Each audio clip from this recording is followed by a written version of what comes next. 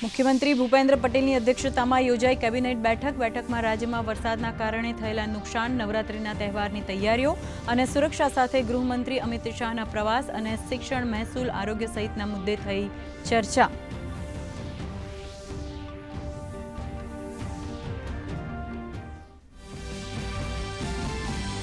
સોમનાથ સહિત દેશભરમાં ગેરકાયદેસર બાંધકામ અંગે સુપ્રીમ કોર્ટમાં સુનાવણી। કોર્ટે કહ્યું, ગેરકાયદે બનેલું મંદિર હોય કે મસ્જિદ, તેને હટાવવું જરૂરી। કોઈ ખાસ વર્ગ સામે કાર્યવાહીની વાત તદ્દન ખોટી।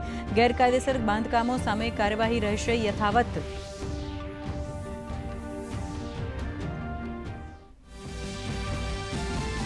નમામી દેવી નર્મદે, ગુજરાતની જીવાદોરી સરદાર સરોવર નર્મદા ડેમ થયો છલોછલ। મુખ્યમંત્રી ભૂપેન્દ્ર પટેલે કર્યા વધામણા। ડેમ 138.68 મીટરની પૂર્ણ સપાટીએ પહોંચતા સમગ્ર રાજ્યમાં છવાયો આનંદ।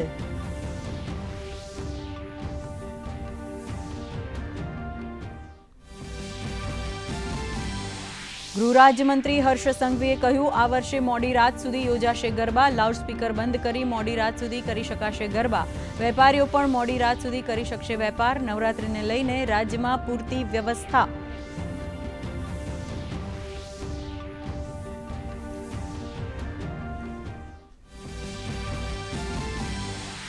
ભારત અને જમૈકા વચ્ચે વર્ષ 2024થી 29 વચ્ચે સાંસ્કૃતિક આદાન પ્રદાન પર થયા હસ્તાક્ષર। ભારત અને જમૈકાના પ્રધાનમંત્રીએ આપ્યું સંયુક્ત નિવેદન। પીએમ મોદીએ કહ્યું, બંને દેશો વચ્ચે સંબંધો મજબૂત થવા પર થઈ ચર્ચા।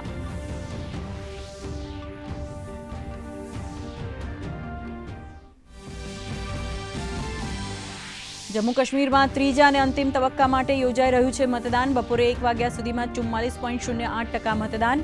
7 જિલ્લાની 40 સીટો માટે યોજાઈ રહ્યું છે મતદાન। 415 ઉમેદવારોનું ભાવિ ઈવીએમમાં થશે કેદ।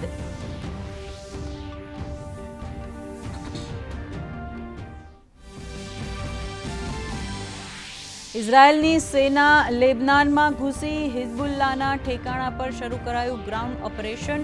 24 કલાકમાં 95 લોકોના મૃત્યુની લેબનાને કરી પુષ્ટિ। 52,000થી વધુ લેબનાનના નાગરિકોએ સિરિયામાં લીધો આશરો।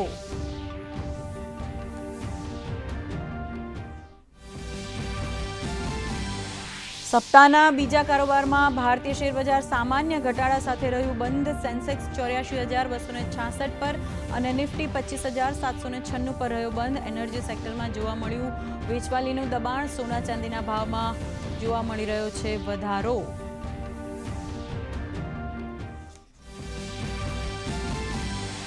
અને કાનપુર ટેસ્ટમાં ભારતે બાંગ્લાદેશને 8 વિકેટે આપી હાર। ટીમ ઇન્ડિયાએ સિરીઝ 2-0થી કરી ક્લીન સ્વીપ। રવિચંદ્રન અશ્વિન બન્યો પ્લેયર ઓફ ધ સિરીઝ। આ સાથે ભારત ઘર આંગણે જીતી સતત 18મી ટેસ્ટ સિરીઝ।